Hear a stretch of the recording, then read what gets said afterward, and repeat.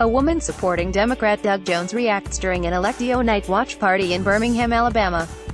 Jones defeated Republican Roy Moore to win an open Senate seat in a deeply conservative state. John Bosmore when Democrat Doug Jones upset Republican Roy Moore Tuesday night in Alabama's special election for a U.S. Senate seat. Twitter exploded with tributes to black women for helping Jones win in a traditionally Republican state. 98% of black women voted for Jones, while most white women, including those with college degrees, supported Moore, who'd been accused of sexual misconduct with teenage girls decades ago. In the aftermath of the victory for Jones, the hashtag Black Women began trending on Twitter. Kenny Jackson wrote, 62 years ago a black woman in Alabama refused to give up her bus seat to a racist. Yesterday black women in Alabama refused to give a Senate seat to a pedophile. Long before Tuesday's special election, black women have been a force in Alabama. Trailblazers from the state have included everyone from Mae Jemison, the first African-American woman to fly on the space shuttle, to Condoleezza Rice, who became the first black woman to serve as U.S. Secretary of State. Alabama has produced some of the country's most renowned female civil rights leaders. Black women, what we did in the Doug Jones campaign, follows in a proud tradition, said Leisha Brooks, director of the Southern Poverty Law Center Civil Rights Memorial in Montgomery, Ala. The effort to get African Americans to the polls on Tuesday reminded Brooks, director of the Southern Poverty Law Center Civil Rights Memorial in Montgomery, of the work done by Amelia Boynton Robinson.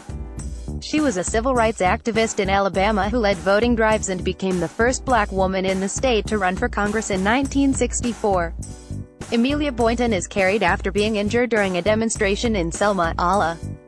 On March 7, 1965, A.P. Boynton Robinson was severely beaten by police during the Bloody Sunday protest on the Edmund Pettus Bridge in Selma, Ala, in 1965. She was played by actress Lorraine Toussaint in the film, Selma, directed by Ava DuVernay. Amelia Boynton was the woman who brought Dr. King to Selma, said Brooks. She organized black folks to go to the courthouse in Selma and demand to be registered to vote. The whole Selma story is owed to Amelia Boynton. In 1934, Boynton had become one of the few African-American women registered to vote in Selma. In 2015, she accompanied President Obama across the Edmund Pettus Bridge, commemorating the 50th anniversary of the Selma March. She died that same year at 104. President Obama holds hands with Amelia Boynton Robinson, who was beaten on Edmund Pettus Bridge in Selma, Ala. Rosa Parks helped spark the civil rights movement when she was arrested in Montgomery on Dec. 1, 1955, for refusing to give up her seat on a bus to a white man. A decade earlier, she led a national campaign against sexual assaults on black women. In her personal papers, loaned to the Library of Congress, after she died at the age of 92 on October 24, 2004, Parks described growing up in rural Alabama. As a child, she often stayed awake at night with her grandfather, Sylvester Edwards, who used a shotgun to guard against Ku Klux Klan members who roamed at night, terrorizing black communities. In a brief biographical sketch, Parks wrote, "I wanted to see him kill a Ku Kluxer. He declared that the first to invade our home would surely die." Rosa Parks became an early leader of the civil rights movement when she was arrested for refusing to give up her bus seat to a white passenger in Montgomery, Alabama, in 1955.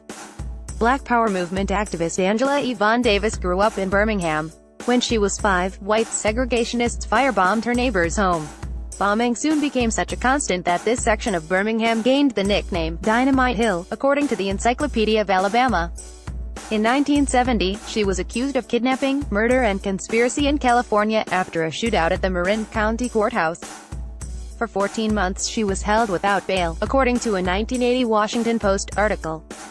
Protests marches were staged around the world, with people demanding, "Free Angela." She was eventually released on a $102,000 bond and acquitted at trial. In 1980, Davis ran for vice president on the Communist Party, USA, ticket. Coretta Scott King, widow of Rev. Martin Luther King Jr., walks a picket line with others to protest apartheid in South Africa in 1984 at the South African Embassy in Washington.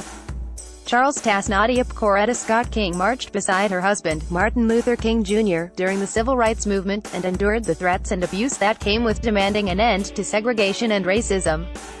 After her husband's assassination in 1968, Coretta Scott King continued working for equal rights and nonviolent social change. Mrs. King spearheaded the massive educational and lobbying campaign to establish Drive. King's birthday as a national holiday, according to the King Center. In 1983, an act of Congress instituted the Martin Luther King Jr. Federal Holiday Commission, which she chaired for its duration. Read more. Retropolis Doug Jones triumphs in an Alabama Senate race that conjured a deadly church bombing. A white mother went to Alabama to fight for civil rights. The Klan killed her for it. Missouri v. Celia, a slave. She killed the white master raping her, then claimed self-defense. Thurgood Marshall asked an ex-Klan member to help him make Supreme Court history the day President Reagan comforted a black family who had a KKK cross burned on its lawn who killed Alberta Jones, Louisville's first black female prosecutor.